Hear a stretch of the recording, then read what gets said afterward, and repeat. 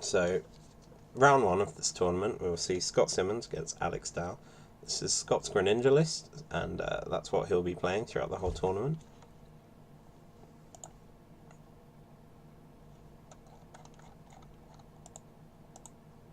And we also have Alex's water list, which he'll be playing throughout the whole tournament.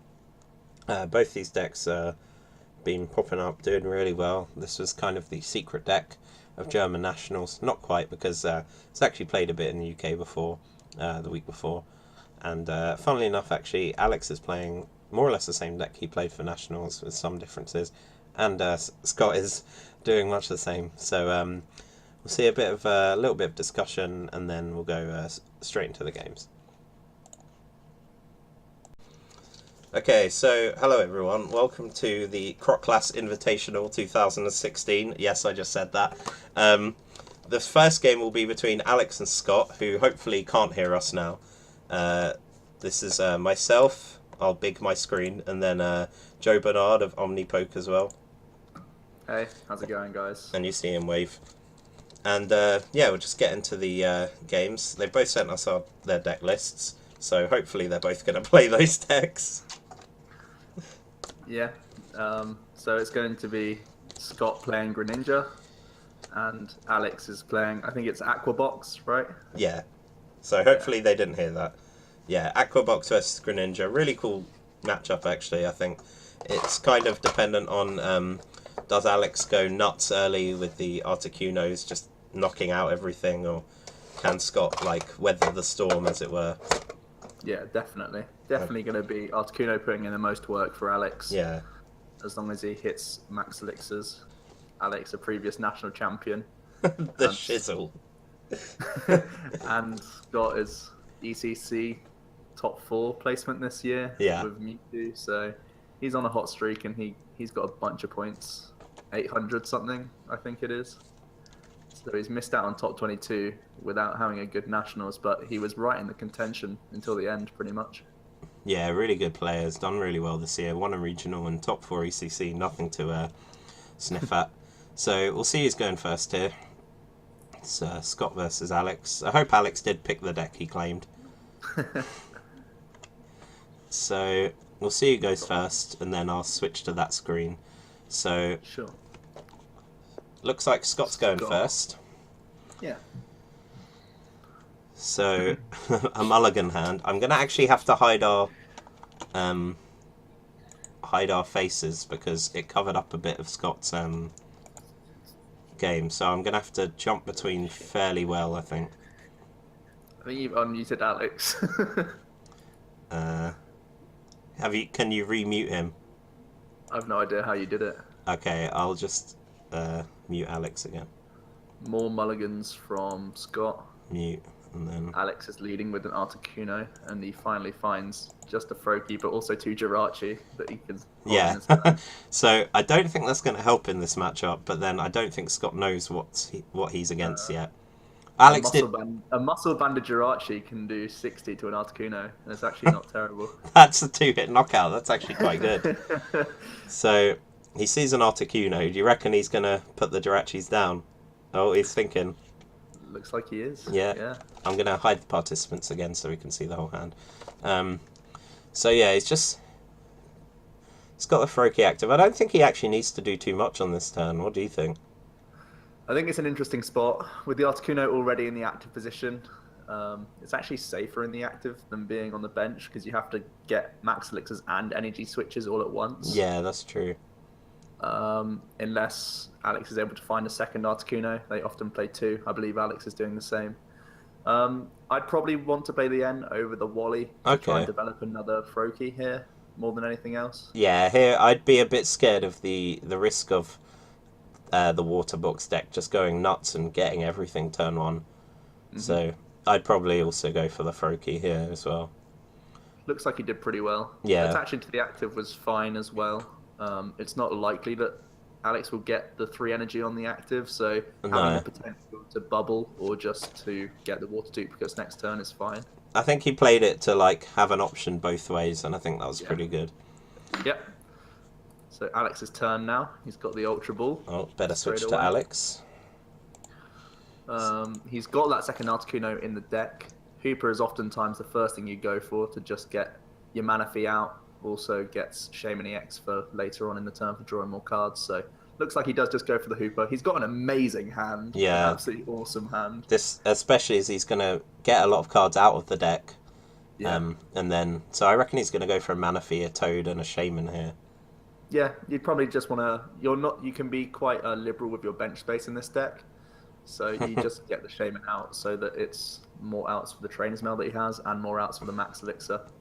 Well, we can't hear them, but they're still going to have a bit of a, banter with each other. Yeah, it's all a casual game. We're all friends in this 8-man tournament, so you can expect some banter throughout. So yeah, pretty good there. Straight Hooper. Off the N as well. Scott must be very happy with that.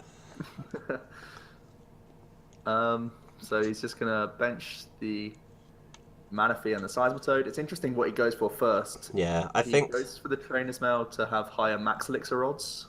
Wow, okay. I think what I'd done here is also just go for Trainer's Mail, because if you Shaman, you could just draw into a bunch of energy, and then you miss. So, energy here is pretty good. Oh boy. Where does it go? Does it go just onto a Seismitoad? You're looking to switch it anyway, but still. Yeah. I like the Toad here. Oh my, wow. He just... So that's... So Alex is playing 12 basic energy, right? Yeah. So there's always high odds, but it's just nice when it does come off. It just feels like a big thing whenever they do get it. And then finally the Shaman. This is all without a supporter. Oh, pretty nice hand, actually. Yeah, he can still train his Mail to look for an energy switch. Yeah, so... Which is kind of what he wants. Scott just already asking. Ooh, finally he whiffs something. I think here you may still just take the Ultra Ball and discard the other 2 cards in your hand to thin off N. Yeah, you don't need the other 2 cards. No, and all he needs now is an energy switch, and we could be seeing a game 2. Alex isn't playing Aurora CX, is he? No. So Bubble. Oh wow. It protects you from Bubble. That's an interesting thing that I've seen a couple of players are one of. I quite like it. He's got the energy switch. Yes. He's got the energy switch. So he did have the turn 1 Articuno. Let's see if he gets doesn't get the 12.5% chance. Yeah. Well, there's a heads. Yeah, so that's a 2-prize knockout. And looks like we're going to go back to Scott now. So I'll just see what Alex gets off the prizes. The nice 2 prizes. Well, oh boy. I'm not going to say, but he can't be complaining with those prizes. No, that's a pretty epic first turn for Alex. And he's laughing as well. So Scott here gets... All he can do is the traditional turn 2 for a Greninja player. And this is why the Articuno is such a great option for the deck, because the Greninja player is forced to do this no matter what. Yeah, there's basically no other option really, is there? You have to just duplicates and hope you can set up. Hope that he flips quite a few tails. The N might help rebalance the scales as well. He has nothing that you want to keep in hand. Interesting that he didn't put Rough Seas in. I think I probably would have there. Oh, okay. I think I probably agree with not doing that, just because your damage is like chip damage. You'll eventually, be healing them too much. Do you not think that we've seen the Aquabox deck typically play 4 anyway, so you know that it's going to be a factor in the game. You just don't want to draw into it again. That's actually very true. I think it's quite reasonable to just put it down. We go back to Alex's turn now, and another Max Elixir that hits. And, of course. Scott must be having a lot of fun. Putting the Fury Belt on the Shaman seems kind of cool. Just gives a slight better... Protects it from giant water shurikens if it ever comes to that. I don't think it will in this game, but it's just slightly better. I think Alex could put down the Rough Seas just to stop Scott being able to as well. Yeah, I can see him doing it. Because it doesn't really hurt him, because now he just wants to Sycamore and then get a potential Lysander for the next turn to finish out the game. Basically, forcing Scott to find like 2 Greninjas and somehow move this Jirachi out of play, basically. And stop the potential Lysander, which, I mean, there's no guarantee he gets it. I think these decks tend to run 2, but... Oh, he already has it in the discard, so... Yep. That's Everything is pretty perfect, as long as he can flip the heads that he needs. And he just he only needed 1 heads, but he went all in. Yeah, so... and 2 more prizes. This is a bit... Oh, this is a bit brutal. Well, he took another 2 prizes. Just waited to see that, and now it's Scot's turn. And well, Scot does have an Evo Soda to go to a Greninja, so that's a start. I think Alex happens to have the the Lysander in hand. Well, the Versus Seeker for it, but if Scot can manage the well, Scot just ends, it might knock him out of it. I think maybe you just do the Rough Seas here and hope. I don't know, it's a tricky one. Again, he needs to get these snipes in eventually, so... Yeah. I think if he chose not to do it the first time, he has to continue with his same line of thought. I think that's fair. Oh, it does get the dive ball, so that's good. So, he's got 2 Greninjas on the go now. He can go between them and prevent the... so, Alex has got a Shaman EX in his hand. Will we see Shadow Stitching or just the raw damage here? I think we'll see just the raw damage. I'm going to see what Alex's hand is. Well, Alex does also have a full bench. Yeah, so that's true. I think Scot is considering the other Greninja here. I don't think I'd do that. He can get the Shuriken immediately. Yeah, that is nice. But I don't think it takes any knockouts here. Yeah, I think it's best just to grab the best attacker. Yeah. We saw Rick Cherry at Nationals. He played 0 XY Greninja. Yeah, that's true. He preferred the other one, and I can't really argue with that right now. What do you think? A lot of the time, if I prize one of the better attacking ones, I'm pretty sad. Yeah, that's true. What do you think to benching the Froakie here? I would have considered doing that because Jirachi's just as much of a target. Yeah, I agree. I think you're not really losing anything by benching it. So I think Tri-Edge here with 3 heads is a knockout, am I right? Yeah, it's 20 plus 40 for each heads. Okay, so it looks like he's probably just going to go for Toad. One really cool thing that I've noticed whenever I play a deck which has got Toad and some other options is people don't always play around the Toad just happening on a single turn. Yeah, that's really true. Like when people play it as a one-of in Yveltal, they just hold on to like a single VS Seeker and then they just get hit with Quaking Punch and they can't do anything. Exactly. You see it happen a lot. I think, I think it's like it's a really good kind of fake-out play that a lot of people don't always expect.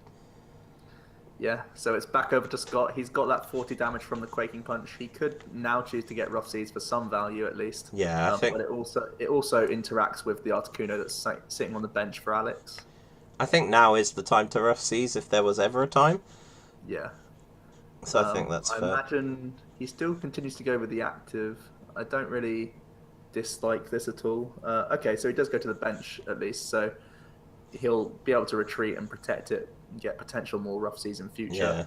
I actually don't think I'd put down the second Froakie here myself, because to try and get 2 Frogadiers means hitting a Sacred Ash.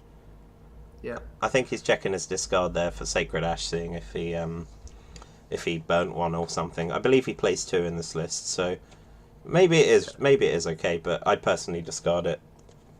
Yeah, I think it's fine just to discard. He's still got, I think, 1 more Froakie in decks if he ever really needs it, and he can always Sacred Ash it back if he has to, but I think it's fine to just discard here. He does get a Greninja Break, which is nice. Yeah, Greninja Break. Energy to follow up, but it puts you out of range of Grenade Hammer at least. Yeah, I was going to say, it's a bit of a shame he couldn't just go for a Shuriken or something, but it's probably won't end up doing too much because it would be healed for 30 unless it went on the Shaman. But then if it goes on the Shaman has a lot more health. So Alex top decked a Max Elixir. So yeah, back to Alex's turn. I think if he does hit this Elixir, where would you put it? I think you play it just to not top deck into a water energy, but I'm not certain that anything's too helpful. Maybe just the other Seismitoad, maybe even just the Hooper for Lysander targets to stall. I know Greninja don't often play Lysander, but well, they play one generally, but it's quite hard to always find find it when you need it. I think I would have gone for the Hooper there personally, but I think by now... Oops, got to go back to the other thing. I think by now Scott knows this only has water energy, so he's probably not considering Toad to have DCE. Yeah. He's got the interesting decision to go N again. He knows that Alex hasn't done much. All he did was Max Elixir and Quaking Punch, but he does go for the N, trying to just get more things on his side of the board, it looks like. I think the N's okay there, but the Wally would probably just have been as fine. Yeah, I probably would have liked to see the Wally just because it's 2 fresh cards that Alex could get, and it looks like he has now got Professor Sycamore off of it. Okay. So, I think... he should have known what Alex's luck would be. Obviously, hindsight's easy for us to say, but I think just running that risk, even though he's been drawing dead for just the 1 turn, it's still enough to make you think he's got 2 dead cards. Yeah, I think I would have held it as well, personally, but it's... because the Wally's good enough at that point. Like, what else was he digging for from the end? I think maybe just a couple more energy as well is what he was after. Yeah. So we go back to Alex's turn, and yep, Alex does get the Sycamore off the end. The trick is to never shuffle Alex's deck or force a shuffle. He will find what he needs.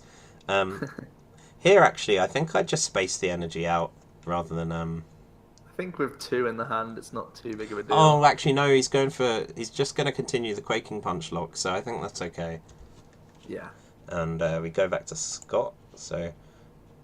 He's basically trying to make it so Scott can't VS Seeker for N now, trying to protect the Lysander that wins in the game, I think. So yeah, Scott, well, he has... yeah. not much to be said. He can Lysander up the Seismitoad. It looks like he's making every play he can make at this point after the Quaking Punch, but unfortunately it shouldn't be enough as long as Alex can flip some heads on the Articuno once again. It is very possible. I mean, you have to play to your outs, right? And it's very possible Alex actually does get tails. Yeah.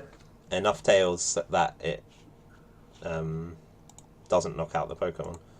So now we go back to Alex's turn. Scott does take a prize at least. Oh, 2 prizes, sorry. Yeah. And we have the Articuno. So now let's seeing some coin flips. Let's see this magic happen. Out comes the Jirachi. Would you not Lysander the Froakie? I know it's irrelevant, but on that off chance you do flip tails, you don't want to be paralysed. I think that's why I would Lysander the Jirachi, yeah. Just so that the Froakie can't paralyse. And there we go. It's game 1 there to Alex. A bit a bit brutal, but so it's really demonstrating that the Aquabox deck is really effective at being anti-meta, and the whole point is to have answers to the most popular decks, and Greninja being one of them. You've got one of the best answers in Articuno that can just put in so much work before the Greninja has any answer to it. Especially if you get it out turn 1. I think that's honestly that was a really good showing of the deck, and I wonder if it will continue the next game. Oh, there we go. We got some basic blue there. I was hoping someone would go for that, but I guess that's a no. Alright, maybe next round. Oh, Solar Strike? No? So there we go. A few decks going on. Testing hard for Worlds. This is, of course, the Worlds format. You may not have noticed that there's not many of the new Fates Collide cards in here, but the biggest one being N, really. Yeah, N coming back changes things quite a bit. I think it's even a swing in this matchup for the Greninja player. I don't know how often that will actually work out in the Greninja player's favour, but the fact that it can is enough, I think. Yeah. So Scott's going to be going first here. He does Mulligan once again. Yeah, the thing every Mulligan is really punishing because the deck he's up against is such a big combo deck, and if he doesn't end turn 1, which is a possibility, of course, then it's just going to feed Alex a lot more cards to get the combo working. Yeah, the thing, that deck wants us. I always feel combo decks are kind of cheating. Like, I never liked Blastoise because it's cheating. It shouldn't happen, but it does and it can, obviously, and as can this, as we just saw last game. Yep. So we see the double Froakie start, which is always a good sign, but no energy in the hand. He does have the Frogadier though, so a good top deck, and he's still in good shape here. Yeah, Alex's hand looks absolutely horrific. He's got 4 basic energy in the opening. I think Alex needs an N. Alex is considering this AZ concede. I think he's definitely looking for Ultra Ball off the trainer's mail. If he gets the Ultra Ball, he's still in great shape. Yeah. He can even AZ up the Shaman for more cards here, so he's actually done quite well off the trainer's mails. He did get the Ultra, I believe. Yeah, he's just going to play down for a Shaman. I think he's going to discard 2 Water and hope for a Super Rod or something. Yeah, I can see that being a play. It's more cards that you lower as well for Shaman, so it makes the most sense to go for this line. I think I'd attach here to the Shaman as well, but... Is there any argument to going Articuno right now to try and get the Max Elixir straight away? Nah. You know you're getting cards of AZ. That's true. I think maybe. I think you actually just go for... Because if you AZ, you don't need the Mana Fee this turn. That is true. I think he's going to be AZing anyway, so I think I'd just go for the more cards option. Okay. He's seen that Scott only put down another Froakie. Of course, that could mean nothing, because Greninja, you know, it sometimes just does nothing. But that looks like the ideal turn 1 for Greninja. There's no way of Alex telling that he has, you know, not a high chance of getting the duplicates next turn, so he has to assume there's duplicates coming. Yeah, I agree. I actually wouldn't then attach the Water to the Shaman. I think is he going for the Mana Fee to potentially hit a turn 160? Yes. I think that's actually... does 60 damage, it gets the prizes taken, and you're just trying to race against this deck, so... I think that's kind of legit. Yeah, it's a smart play from Alex. He knows that it's all about racing. You lose the game if you allow the Greninja to get set up and get these giant Water Shurikens going. Yeah, that's true. Take a prize every turn you can, and even next turn he can guarantee a prize, because as you've seen, he's just off the Shaman drawn into these Fighting Fury belts. Yeah. Wow. Okay. That's pretty good here. 2 more Max Elixirs to boot as well. Yeah, I think you just AZ the active now and attack though, and maybe hold the Shaman for next turn. Okay. Depends what... I don't mind it. The only thing is, if he gets Articuno, he could go for more crazy Max Elixir combo. Yeah, that's actually... Oh, I guess, yeah. See, I was thinking that's why I'd hold it for next turn, but of course he can still just do that this turn. Ooh, a whiff. Finally a whiff from Alex. He must be so disappointed. Oh, there's don't one. Don't worry, guys. He's got the next one. So is that 3 turn 1, or is it just... He got 2 Max Elixirs turn 1 and 1 manual attachment. Okay. But he's seen 3. Yeah. He's played 3, but basically hit heads on 2, as such. Well, it's not a 50-50 for the Max Elixir. It's a much higher chance of the energy that he has. Yeah, that's true, actually. You do hunt... you go deep, like 6 cards, I think, isn't it? Yes, yeah. 6 cards. So he goes for the Articuno here. I think it's good to just get it and put it down. Yeah, with all the energy switch, we've not seen him find 1 at all just yet, so just having a threat. Manual attachment plus like a couple energy switch gets him rocking again. Yeah, pretty nice turn, I think, there. It takes a prize. I think, as you said, that's basically what you want to be doing with this deck as soon as possible. And the top deck for Scott was a Trainer Mail, and he does get an N. That's really nice. Big. Yeah, so the thing is, without this N, Alex does, like, even when Scott plays this N, Alex doesn't actually know that he had a dead hand. No. None the wiser. No, so he's got the Frogadier. He might hold the Dive Ball for a Greninja next turn. He might play it, I'm not sure. I think I'd play it just in case you have no other basics. Oh no, you're what? Or energy. I wouldn't play the Jirachi. I'd much prefer to. I agree with that. I agree with just the Froakie. Yeah. The fact that Jirachi with Muscle Band can 2-hit an Articuno is... I just love that. I don't know why. It's fun, but I mean, they play Rough Seas as 4 of, and they play 3 Fighting Fury Belts, so it's rarely ever actually going to make much sense to go for that play, but it's just fun to see it happen. And we do see Scott being proactive with Yeah. the VS Seeker. I really like this line I because like he has that. to be aware of Symonds, and it shows his experience against this deck. Yeah, Not and as just a in player, general. like I have noticed, just little things like that often set good players and bad players apart. So Mhm. he has all three duplicates there, and now it's Alex's turn. So the end, well, the end maybe has helped Alex because he's gone straight into Super Rod. He's going for the Skylar here. Well, he's debating the Skylar at least. What can Skylar get him that's best? Maybe just guarantee an energy switch or something Yeah, like I that? think he's maybe after energy switch, but I don't know if because he's gonna need 2 energy switches this turn. Yeah, So I don't. because his manual attachment was to the Articuno, it doesn't make as much sense to go for the Skylar, but he still does go for the Skylar here. I thought it would have made more sense if he was just... Maybe he's content to Mineral Pump and he's just setting up more things. Yeah, because he actually does kill the Frogadier with Mineral Pump this turn, so Yeah. I think that's okay.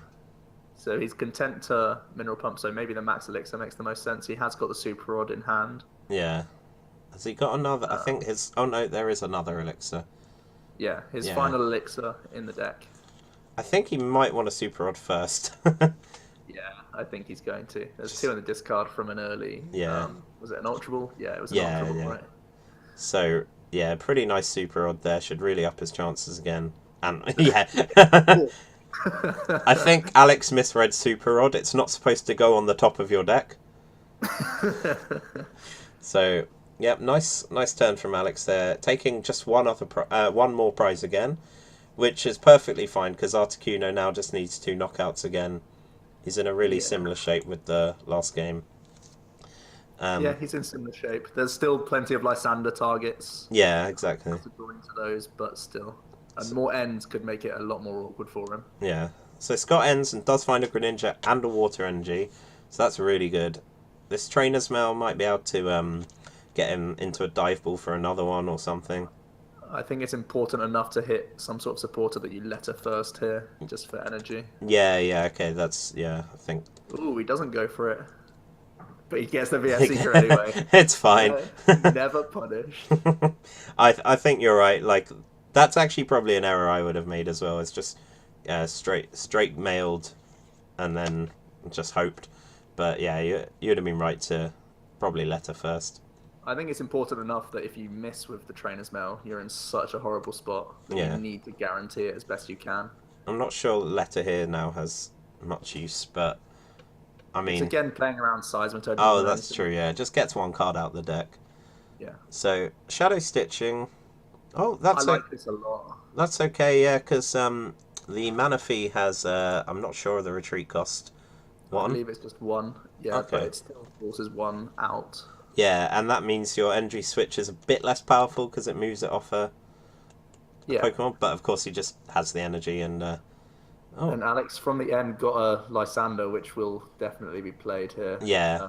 Doesn't have the Fighting Fury Belt, so it has to be the Froakie. He has to maximise his chance of actually getting the knockout. I think... Oh, that's 2 heads. That's good. The quality has gone a little bad for me on the video, but it's still watchable. So let's hope... Yeah. Let's hope our viewers think so. Oh, and he gets a VS Seeker off the prizes with the and Fury Belt. So he's got the perfect. He's got the perfect 2 cards for next turn and just straight out potential win. I think. Well, Scott has N, so you know that's fine. Yeah. We actually saw Scott versus Seeker for the N previously, right? Yes. So yeah, I think the double attachment here is okay as well because one's going to come back. Yeah, I think it's absolutely fine. It was if he didn't get into any more water energy, where he wants to get the break evolution, he wants to get maximum value from it. He does go for the break evolution now. It makes a lot more sense to go for the break because he only had 1 ball search card. Yeah. If he had 2 search cards, he'd try and deny the Lysander play. Yeah. Yeah. With only 1, you just want to deny or just get the most health you can. He's got a giant Water Shuriken as well, so he can actually knock out the Articuno if he wishes to. That's actually could bring him right back in this game if if this Enter 2 makes Alex miss a lot of things. Not having the Fury Belt there actually it was quite big, I think, because it now has died. So we'll see what Well, he's only got an N in his hand and a water energy, so not perfect for Alex because he's been so aggressive early on. See, wow. Now, everybody. Scott is gonna. Well, I was projecting this would take an hour. I don't think it's going to be an hour. Oh yeah, one thing to mention is this is kind of an untimed tournament as well, just because we'll let the games just play how they play. Yeah. I don't want to do like sudden death and all that. So Aquatube. Like you say, the clock won't be too necessary. Nah. So the Aquabox deck is always a short-term game plan against Greninja. Yeah, we'll see what Alex gets here. Goes for here even. He might be Ultra Balling out the final Articuno. Yeah, I think he might just go for the Articuno here and let it sit, because I think he still has 3 energy switches left or something. Yeah, he has a lot of E-switch, but he chooses not to and just goes for Shaymin EX, trying to get the aggro Seismitoad, it looks like. Yeah, I think he's just going straight for the Grenade Hammer. His manual attachment had to be to Seismitoad EX, so it is just the Quaking Punch though for now. So, only dealing 10, not amazing, but locking out Scot's items, pretty useful with Scot's hand, little does he know. Yeah, looks pretty good. Do we see Shuriken start going on to Shaymins, start racing? I think this is the time you do it if there's any. See, Alex needs to bring out another Articuno, or, well, not necessarily, but Alex will likely bring out another Articuno to try and close this game off with NG switches. So you will have that odd number prize at some point. So I think you just take maybe 2 prizes off Shaymins now, and just and hopefully another 2 later, and then off the Articuno for the game. But is there any debate to just leaving like 2 of both Shaymins without the Fury Belt just on the 60 and hoping to win the game all at once? I think that's perfectly fair, especially because ending Greninja under Quaking Punch lock isn't, can be a bit of a checkmate sometimes. If Greninja goes down a lot. So, and it denies the Articuno to even become a factor. Yeah. So Alex here, I don't know what he's going to go for here. I think he might attach and Grenade Hammer. But he's looking like he might just Quaking Punch. It could even just be Lysander Quaking Punch. Yeah, I think Lysander Quaking Punch feels okay. The energy... It looks like a big hand from Scott, but we know a lot of it's water energy from the Fisherman, so... That's looks like just the Lysander Mineral Pump to take him down to 1 Oh yeah, that's... of course, because he's got another energy in hand. The Mineral Pump actually really helpful here because it heals the Shaymin as well. Yeah, that's a really big deal. Really nice, smart play from Alex. Yeah. Oh, and he hits an energy switch off there. Now, Scott's playing this very well as well, but I think he's just in... It's just not a good position to be in this matchup. He has his items, but unfortunately, nothing too helpful. Yeah. He has a Sacred Ash, which, I mean, he can put some stuff back in, but without the N, it's not looking too good, really. He does have a Giant Water Shuriken, nothing that he can instantly deal with, though. No, this Manaphy has... can this Manaphy can go down? Yeah, with the Muscle Band, he's pushed into good shape. Yeah. We are going to see a Sacred Ash. This is actually quite a few bad top decks that he might not want, which is an interesting choice for him. Well, he's putting in a lot of throw keys, unfortunately. So have no Greninjas actually died? No. Oh wow! So Alex has just really hunted out the babies, essentially. Yeah. There's even an argument in this matchup how many Frogadier you choose to get from water duplicates. We've seen how many just become easy targets. If you can't evolve them quick enough, yeah. Yeah, I think going forward with this matchup, you have to be much more careful as a Greninja player. Sometimes, if the board state is where they can't knock out the Frogadier that uses duplicates, maybe you just take the 2. Yeah, I agree with that. And also, yeah, I think Alex just has the win here. Yeah, 3 VS Seeker's going to get a Lysander. And we'll unmute them and invite them back in the the chat. Just I hope we won't have to do a lot of editing. Oh man, this was kind of brutal. And one thing is, they didn't know what each other were playing, so it just so happened that Alex counterpicked Scott. I think these are the two decks they both picked for nationals as well. Yeah. So they were sticking to something that they're comfortable with for the sort of unknown format, which is something you'd often see. So I'm gonna unmute them now and get them back in. How do I do that? I have no idea. So hopefully they can unmute themselves. Yeah, Scott is here. So Scott is back.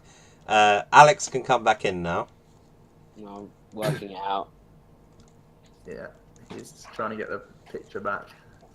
How was that then, Scott? Well, so game one, Alex did his deck seemed to flow really well. You know, Articuno was it turn one like attack. I mean, I'm not coming back from that.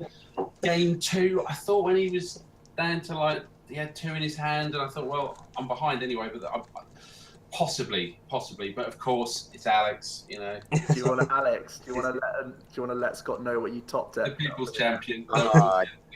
It was. I think I had an N and Water Energy in hand, and my card I top decked was a Sycamore. Yes, it was. Nice. I've stayed up till midnight on a Thursday night. You top deck a Sycamore. Nice. Yeah, this. You can take it out on Toby later. It was a bit of a one-sided. It's actually quite a one-sided matchup anyway, and that game unfortunately went really one-sided.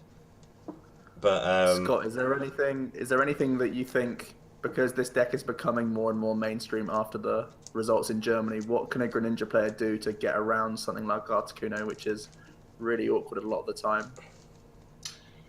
Well, it's really difficult, isn't it? I mean, Articuno against a Frogadier or anything like that, you know, you're pretty much going to get the knockout, especially if it's at that speed. I think the issue with Greninja in general is if it slows up a tiny bit at the beginning, then it's always sort of behind. I never really got to a stage where I don't think in any game did I have like two Greninja breaks, which if you get to that stage, then at least you can catch up. So you don't mind going behind, but with Articuno, you're sort of going like that pace is accelerated. Yeah. So it's really tough. But you know, and then of course, if people top deck a Sycamore, then it makes it even tougher. But hey, that's Pokemon. I still enjoyed it. I'm glad. So Alex will now move on to top 4, which it sounds really good when you say top 4, but of an 8-person tournament, and he'll be against the winner of. It might not be the next game because of scheduling and everything, but he'll be against the winner of Adam Hawkins and Luke Kirkham, so that'll be quite interesting. I know what Adam's playing because he's told me, but I can't reveal it, obviously. He's playing Quadzora, can he? No, he's not. He's playing. He's been playing that a lot of the season. It's a guess with Alex. Yeah, but no, he's playing. Maybe what he's what he's testing for Worlds. No, it's Trevenant. But we can't let Luke know, obviously, and it may be that Luke also plays Trevenant because he played it for Nationals. You shouldn't let Alex know. It's fine. But he could play test against Trev all he wants now. I want to watch all the videos in preparation, obviously. Joe, but Alex has already made his deck, so it's okay. Yeah, but the playtesting, the knowledge that he could gain, he could have 10 games versus Trev now. I also, yeah, but I think you just win against Trev anyway, so... No, you don't. I've lost against it. Alex... You don't. I lost to Carl, and that. So Alex is in top 2, yeah. So... So, Alex, how do you feel playing Ryan in the final? You mean isn't Tamao on the other side of the bracket? Yeah, it's Tamao versus Ryan first. Are you playing an Aegislash in your list, Alex, to do with Festival and Valpoo? Hell no. I think I just bend over for that matchup. Okay. No, I don't believe it's worthy of a spot, to be honest. No, that's fair. Will Tamao really play Vespiquen again? I think he's got to bored himself out of it by now. He played a total of 3 games, I think he said, before Nationals, so he must be bored. I played 0 with this deck, which is nice. Nice. Cheers. It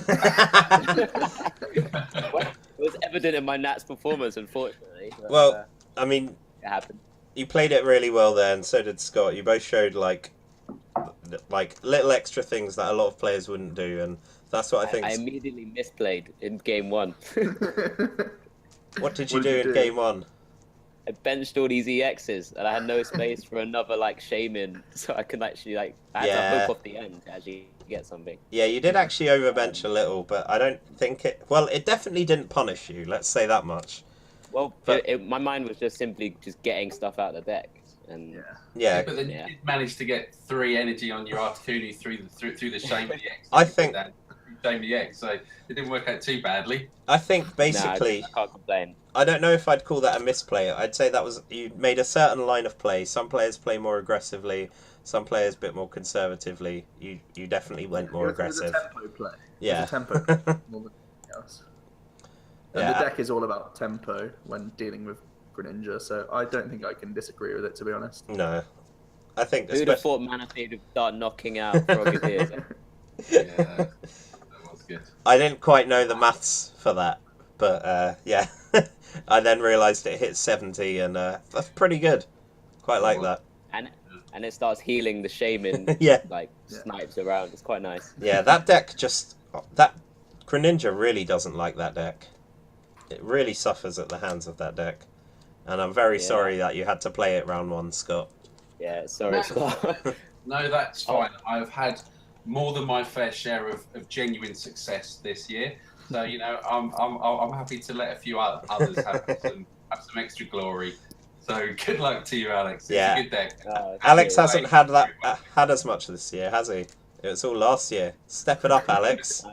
I've won 1 cities, and that's about it. But you've still got 500 odd points, so 650. You must be doing something right. So, have you two put much thought into Worlds? I imagine no for you, Alex, just because it's you. Is it a deck that you want to stick with, or is it just too up in the air right now to decide? Maybe wait for other nationals to finish. I think Zygarde just beats it. You reckon? If people just play Zygarde, like you can't even one with, hit it. Even with Articuno, with resistance and fighting Furry Belt and seas. I think that it's just too tanky for a size blow, because you could generally go like double grenade hammer and a lot of things to knock things out. You can't really do that if they actually play a power memory. Yeah, because they can one hit you as well. Something silly like that. Even just their second attack with the heal with fighting Furry Belt, they stay out. I can't really poke it with anything either, so. I've been doing a bit of testing with Vileplume, Zygarde, and Carbink Break. All 3? All in one deck? Zygarde. It's sort I'm of interested. Links in quite nicely. So, yeah, some early experimentation around that line. Well, inspired by Tamao, I guess. You've got to experiment, I think, for Worlds. Like, I generally tell people to just play the most standard thing, but, I mean, if you're at Worlds, you should play the thing you feel most comfortable with, regardless if you think it's the best deck or anything, and that's generally the philosophy I take, and that's why I play a tier 3 deck at Nationals, and such like that, but... Yeah, but I mean, it's early enough before Worlds where we can have these crazy ideas and test them out, and we can, you know, cut away the fat while we get closer and closer, and then we'll finally get to the right deck for us at least. Yeah. By the way, we need to get a good number of us into day 2 at least. Yeah, I reckon we can do a bit better this year than last year. Turn all those 4-3s into 5-2s. I mean, we're only expecting 2 in day 2, right? Ryan and Tamao. Yeah, Ryan and Tamao. Yeah, there may be others, but I think there's one who doesn't really count. But oh, by the way, I'm not sure when I edit this conversation to put on as a YouTube video, but maybe I won't edit that bit out, so it looks really like organic and real. It was PG enough, wasn't it? Yeah, I think we did a pretty good job. No swearing at all. It has been good. Yeah, I think we don't know what they've been saying behind our backs. Slagging you off. In a way, while commentating, I was slightly glad that game went the way it did, because that meant even if you were listening, it didn't matter. Sorry. No, I'll be interested in listening to it back though, but I don't think I'm going to be. I think I've had it with Greninja now. Too many bad memories. I think so. I think there's only probably one. I forgot to bench a Froakie that I probably should have benched. But I think that was the only thing I could tell that I did terribly. But I don't to be fair, notice too many things wrong personally. Yeah, over game one, games. those ends actually started to hurt quite badly. My hands were starting to become really bad, like really janky. Yeah. Yeah. And I just got a bit lucky, to be honest. I was kind of expected to lose once I kept getting hit by N, and I was just like, oh god, just one of these games. The Dow Charm. Good luck. Yeah, well, on PTCGO, woo. Now maybe at Worlds as well. Well, do you want to sign out the little the video then, Joe? I don't know how you want to. Me? Yeah. Your video. Just thanks for having me. Oh well, you know, you're welcome to post it and whatever. Like, but the problem is I have to put it on the channel, and then you'd have to download it because it's probably going to be like 20 gigabytes. So yeah, I'll mention it in a short video and link it in the description, I think. Yeah, sounds good. Yeah, well, I won't. Well, I'll still keep it PG, just for you. We'll get our channel to like link it to it as well, since a few of us are playing in it now. Well, I think that was really fun actually. Like, even though the matchup was quite skewed, we got to see like properly good plays, like properly good players. The streams, like for nationals and stuff, I like them, but every now and then you can get a bit rubbish kind of games or people. It's Pokemon, isn't it? You can get those sorts of games. Sometimes there are good players, bad players on good records just because they've run into the right matchups or they've drawn particularly well, just like Alex did. So, you know, in Germany, we saw a Scissor player who had the most bizarre list I've ever seen, and he was on a full 1-1 record. I'm not like shouting him. I'm not like calling him out as a bad player. It was bizarre to see a list like that. And sometimes that can be a great meta call, but sometimes it's just odd. So, yeah, sorry. He made really good decisions with his list. It was just the list itself was bizarre. Yeah. Well, sorry for the horrible loss, Scott, and congratulations on the horrible win, Alex. And we'll see Alex again for the top 4, which may be a little while from now. I don't know exactly when, but I'll post this probably around Saturday. Me and Scott very early. Yeah. Considering I had no idea this was going to happen, and I had no deck ready. I think Alex made the deck maybe 10 minutes ago, just before playing. Definitely did. That's enough. Okay. Well, it was great having you guys, and hopefully this video is still recording. Yeah, edit out whichever part you want. Good, it says stop recording, which means it's still recording. Alright guys, so that was really good. It's now nearly midnight. I'll sign out with goodbye. Everyone wave. For how long?